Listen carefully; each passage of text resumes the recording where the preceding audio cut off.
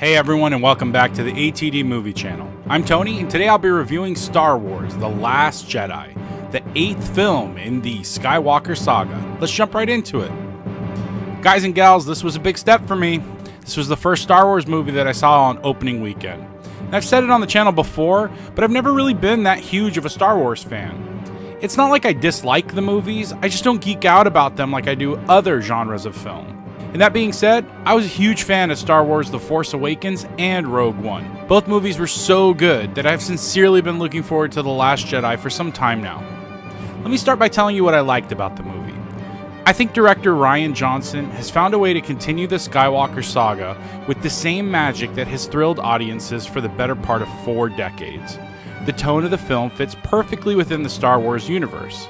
And tone is such a difficult thing to get right when the movie fits a part of a larger cinematic universe. There's a lot more that Johnson achieves in this movie alongside the tone, but I'll get to that in a minute. I also want to talk about the actors in this movie because they are fantastic. Every actor from previous films and the new ones alike totally commit. Mark Hamill returns in a significantly larger role in this movie and finds a way to bring something new to his character. The late Carrie Fisher is so damn good in this film. We're reminded again that we lost an incredible talent far too soon. And then there's all the newcomers, so to speak. Adam Driver as Kylo Ren is just as magnetic as any film hero we've ever seen. His tortured soul is on full display in this movie, and he brings his A-game to the party, so to speak. Daisy Ridley gives an incredibly powerful performance as Rey. Such a weird thing to say, but she carries the emotional weight of the entire film on her back and doesn't let up even for a moment. And quickly, I want to recognize John Boyega, Kelly Tran, Andy Serkis, Oscar Isaac, and Benicio del Toro for giving some really great performances that help round out the film, but I just don't have time to dive into today. I also love the spectacle of the entire film. The movie opens with a pretty amazing battle scene that has remnants of previous Star Wars movies with the big budget special effects of modern day cinema. The choreography and score during this scene, and the rest of the film for that matter, are big and boisterous. And besides the opening scene, this is easily the best looking special effects of any of the Star Wars movies ever. And guys, there's an action scene in the middle of the movie that gave me a lump in my throat with some onion eyes because of the emotional impact of it all. And if I had to go back and see the movie again, I would probably just watch this one action sequence and call it a day.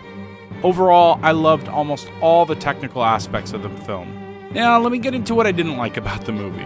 I don't care if I sound like a broken record.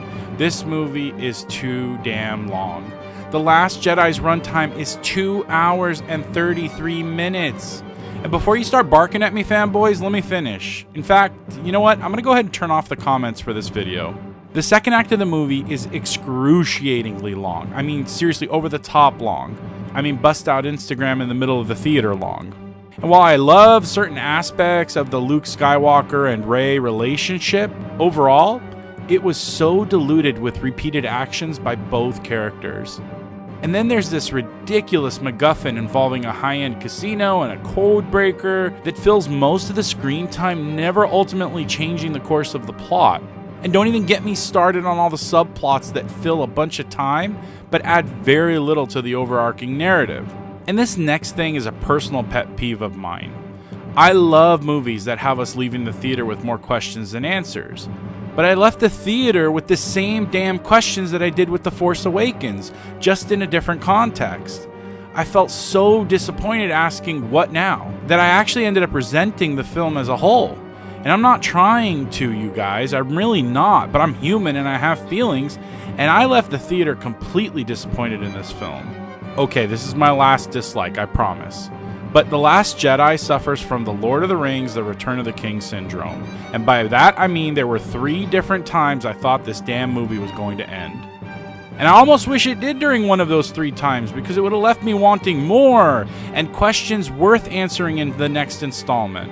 That might sound like a pet peeve, but I've actually spoken to a few of my friends and they agreed with me that there was just too many endings to this film.